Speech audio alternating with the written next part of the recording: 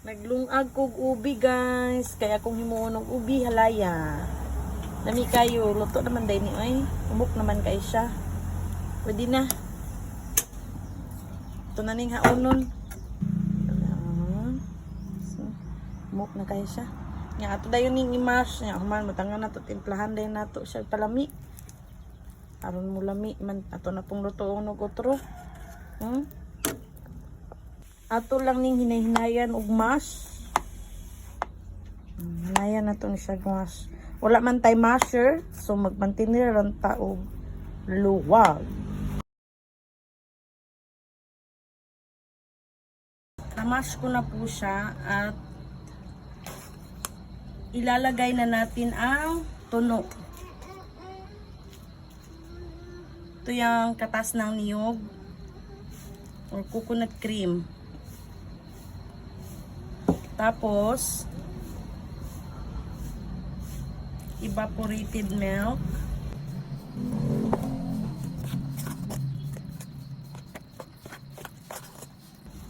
Mix lang natin. At ilunod natin yung condensed milk.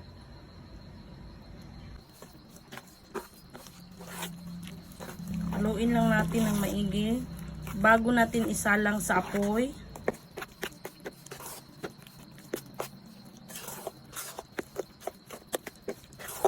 At pag na-mix nyo na, isalang nyo na sa apoy. Haluin nyo lang ng maigi guys hanggang sa lumapot na ito. Sobrang malapot na siya. Kasi pag hindi nyo ito inahalo-halo, didikit po siya sa kaldero. So i-ready nyo na yung braso nyo pag magagawa kayo ng halaya.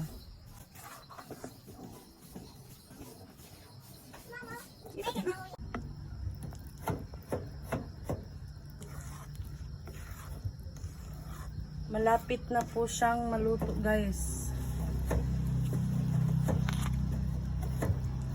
Tikman nyo lang kung matamis or hindi. Kung kulang sa tamis, lagyan nyo lang ng sugar. Luto na po ang ating ubi halaya.